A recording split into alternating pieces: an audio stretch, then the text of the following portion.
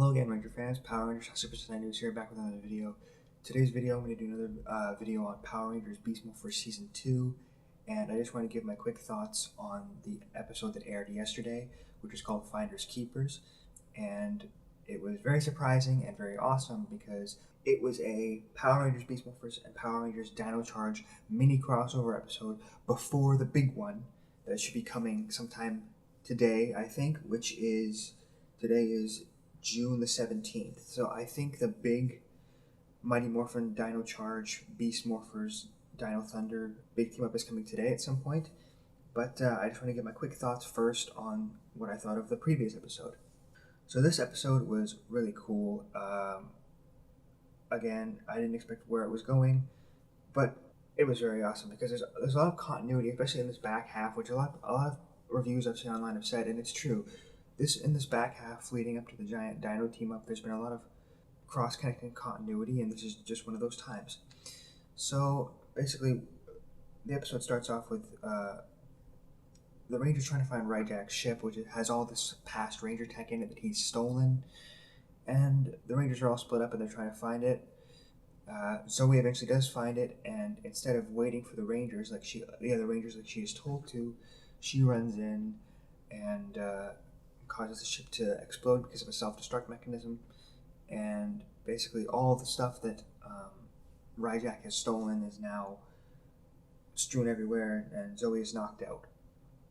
And it's at this point that we get our kind of first real Dino Charge team-up moment, because Blaze and Roxy are sent to the ruins of the ship to find some equipment for Ryjack and Evox, and they come across Snide's sword.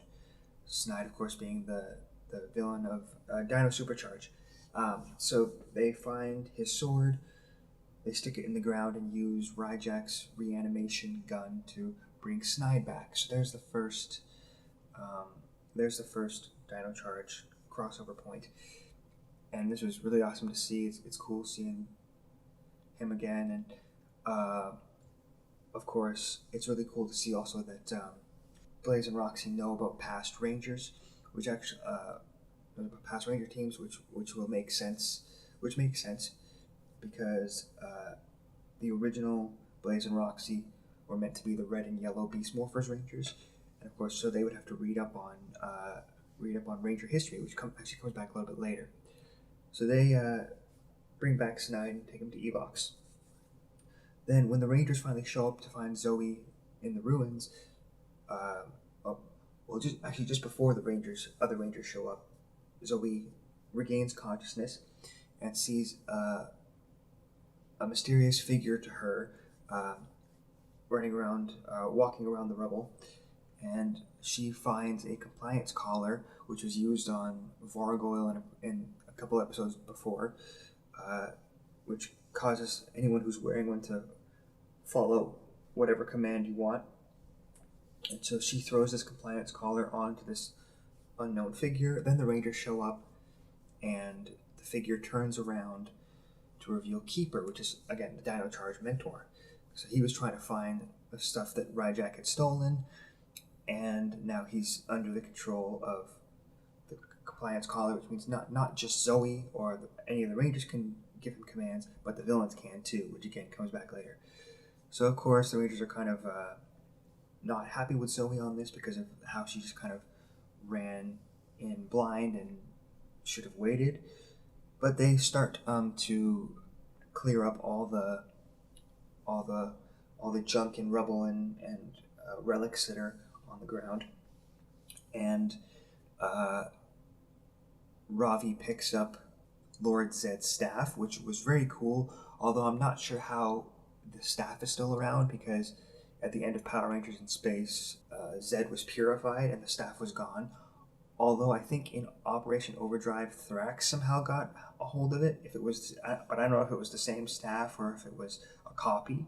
But again, this might just be kind of a weird continuity thing. The writers are just throwing in stuff to kind of give winks at the audience. So Ravi finds that staff, Zed's staff, and Zenowing.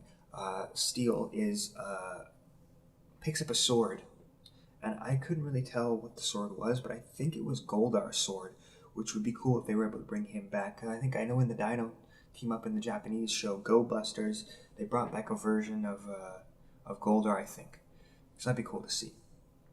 Anyway, they put Keeper safe into one of their Grid Battle Force trucks, but it's at this point that the villains come back and kidnap him because he has the compliance collar on him.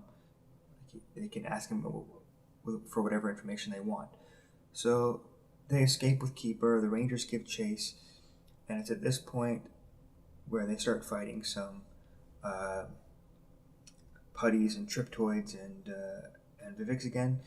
And this is also where the Dino Charge Rangers show up, but only 4 of them. So we have Tyler, Ivan, Coda, and Chase. So the 4 of them come through a dimensional portal and assist the Rangers in fighting. The villains get away with Keeper. The Rangers, the Dino Charge Rangers and the Beast Morphers Rangers fight together, and then regroup back at the base with this chest full of artifacts. And basically, Zoe is kind of chastised by the commander, saying you should have waited. Now Keeper has his collar. He can tell the villains whatever they want to know. Blah blah blah blah blah. So bad Zoe, bad. But it's at this point where the villains kind of contact the Rangers and say, if you want Keeper back, give us the chest. So they go to this abandoned warehouse to do the switch, and of course Snide tries to double cross, and they have a really cool team up fight, which is kind of cut short because they all morph to team up together, but then the Beast Morphers Rangers have to go fight into Zord footage while the Dino Charge Rangers deal with Snide and the rest of it. And it's at this point where Riley and Shelby are beamed in from the Dino Charge universe, but again, they only appear morphed. Now, I think the reason for this is, there's multiple reasons, but the main reasons that I think there are 2 reasons that I think are happening, and that is what probably happened was that they just couldn't. Michael Tabor and Camille Hyde, who play Riley and Shelby respectively, they weren't available because I know Camille Hyde is now on a CW show, Katie Keene. So she was, I guess, at the time of filming this episode, she was filming Katie Keene, and the CW shows are very, very busy and a lot of work, so she couldn't come through. Michael Tabor, I'm not sure if he was working on something or if he just couldn't come back, because I know, if you remember, during the Power Rangers Samurai Clash of the Red Rangers movie, they brought back RPM Red, but he only appeared morphed. And also, Ika Darville did come back and do the voiceover, but he couldn't appear unmorphed because at this point, Ika Darville had joined the Screen Actors Guild, which is a union, and Power Rangers is non-union. So once they join the union, they can't appear in non-union productions, I guess. Now, I'm not sure if Camille Hyde or Michael Tabor are in the union. Camille Hyde might be because of Katie Keene, but I'm guessing a lack of availability plus possibly being in the Screen Actors Guild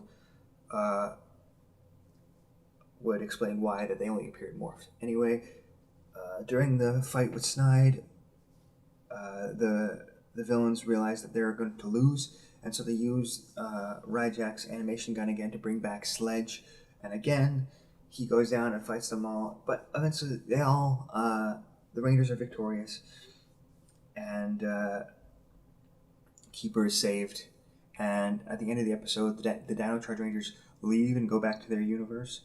I'm not sure why they're leaving now, because obviously the giant Beast Morphers team up is coming up, like the one that's all been leading to. But yeah, they go back to their universe at the moment. Keeper leaves, and basically now they have to be super on guard because we don't know what Keeper told the villains, and Keeper doesn't remember anything either. So they have to be on total guard. what I thought about this episode, it was great. It's always great seeing past Rangers back and seeing them join up. It was really cool this time because we actually got like a real team up morph the first time in years, because I think it's always been like a quick change morph, but now we actually got the two morphing sequences one after the other, which is great. I wish they had spent more time together, like in civilian mode, and also I wish the Beast Morphers actually had a bit more of a team up fight near the end, but limited by the Sentai footage. Anyway, those are just my quick thoughts. It was great seeing all the old villain tech. It was cool seeing that the Dino Charge Rangers have one of those transportal devices from Dimensions of Danger. Of course, I guess every Ranger team has one now because you never know when it's going to pop up. So, but it's great that this continuity has kind of remained intact. And yeah, it was. I can't wait for the big Dino team up with all the teams, and I can't wait to see Jason again. I will be doing a reaction to that, like a reaction video to that, hopefully, if I can find a copy of the video, and I can't wait for you guys to see it. Alright, thanks guys for watching, and may the power protect you.